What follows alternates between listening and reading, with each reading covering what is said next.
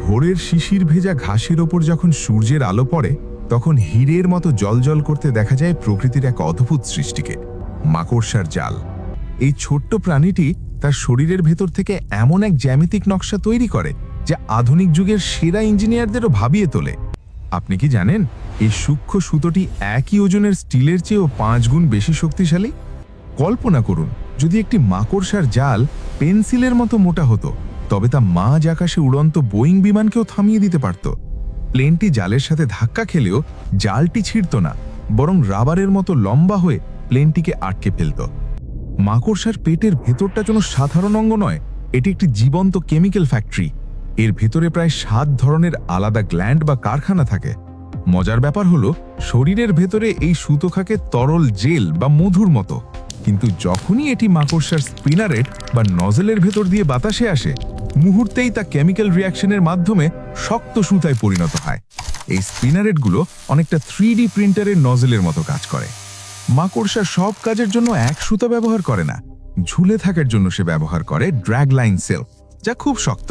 আবার শিকার ধরার জন্য ব্যবহার করে আঠালো ক্যাপচার সেল, আর শিকারকে মুড়িয়ে ফেলার জন্য ব্যবহার করে নরম চাদরের মতো র্যাপিং সিল্ক। শূন্যে মাকড়সা জাল বোনে কিভাবে?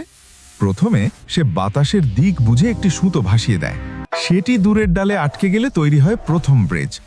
এরপর সে মাঝখান থেকে ঝুলে ওয়াই আকৃতি তৈরি করে, এরপর চারপাশে ফ্রেম আর স্পোক বানায়। সব শেষে তৈরি করে পেঁচানো স্পাইরাল অংশ, যা শিকার ধরার ফাঁদ হিসেবে কাজ করে। এই জালটি বাতাসের তোড়ে ছিঁড়ে যায় না, কারণ এর এরোডাইনামিক ডিজাইন। জালে পোকা আটকালে এটি স্প্রিংয়ের মতো কাজ করে। জালের আঠালো ফোটার ভেতরে সুতো কয়েলের মতো পেঁচানো থাকে, যা অতিরিক্ত টান সহ্য করতে পারে, তাই পোকা ধাক্কা দিলেও জালটাকে বাউন্স না করে শক্তি শুষে নেয়। এখন প্রশ্ন হলো, শিকার আটকালেও মাকড়সা নিজে কেন তার জালে আটকায় না?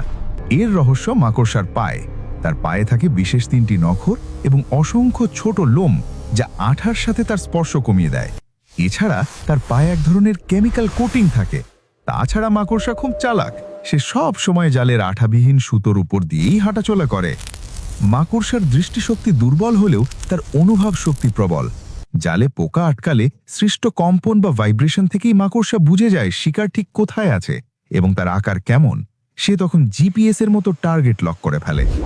এমনকি বিজ্ঞানীরা দেখেছেন, মাকড়সার জালের একটি বৈদ্যুতিক চার্জ থাকে। যখন কোনো মাছি বা মৌমাছি পাশ দিয়ে উড়ে যায়, তখন স্ট্যাটিক ইলেকট্রিসিটির কারণে জালটি চুম্বকের মতো বেঁকে পোকার গায়ে আটকে যায়। শিকার ধরার পর মাকড়সা তাকে বিষ দিয়ে অবশ করে এবং সিল্ক দিয়ে মুড়িয়ে ফেলে, পরে খাওয়ার জন্য জমিয়ে রাখে। আর জাল পুরনো হয়ে গেলে মাকড়সা সেটা নষ্ট করে না, সে নিজের জাল নিজেই খেয়ে ফেলে এবং সেই প্রোটিন দিয়ে আবার নতুন জাল তৈরি করে। প্রকৃতির সেরা রিসাইক্লিং সিস্টেম। সব মাকড়সা গোল জাল বোনে না, কেউ মাটির নিচে ফানেল ওয়েব বানায়, কেউ ট্র্যাপডোর বানিয়ে লুকিয়ে থাকে। ডাইভিং বেল স্পাইডার পানির নিচে জাল বুনে বাতাস জমিয়ে রাখে। আবার ডারউইনস বার্ক স্পাইডার নদীর এক প্রান্ত থেকে অন্য প্রান্তে 25 মিটার লম্বা জাল বুনতে পারে, যা কেভলারের চেয়েও 10 গুণ শক্ত। বিজ্ঞানীরা এখন মাকড়সার এই প্রযুক্তির অনুকরণে বায়োস্টিল বা কৃত্রিম সুতো তৈরির চেষ্টা করছেন, যা দিয়ে ভবিষ্যতে তৈরি হবে হালকা bullet proof jacket, flexible electronics এবং অপারেশনের সুতো। এমনকি কৃত্রিম চামড়া তৈরিতেও এটি ব্যবহৃত হতে পারে। প্রাচীনকালে গ্রিকরা মাকড়সার জালকে ব্যান্ডেজ হিসেবে ব্যবহার করত, কারণ এতে রক্ত জমাট বাঁধানোর ক্ষমতা আছে। আধুনিক গবেষণায় দেখা গেছে, মাকড়সার সুতো ফাইবার অপটিক্সের মতো আলো পরিবহন করতে পারে, যা ভবিষ্যতে সুপার লেন্স তৈরিতে কাজে লাগবে। মাকড়সা শুধু একটি প্রাণী নয়, সে হলো প্রকৃতির শ্রেষ্ঠ আর্কিটেক্ট।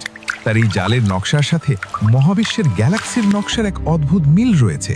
তাই পরের বার মাকড়সা দেখলে ভয় না পেয়ে তার এই সৃষ্টিকে একটু লক্ষ্য করবেন। প্রকৃতির এমন আরো বিভিন্ন রহস্যময় ইঞ্জিনিয়ারিং সম্পর্কে জানতে আমাদের চ্যানেল UA ইলেকট্রিক সাবস্ক্রাইব করুন। ভিডিওটি ভালো লাগলে লাইক দিন এবং বন্ধুদের সাথে শেয়ার করুন। দেখা হবে পরের ভিডিওতে।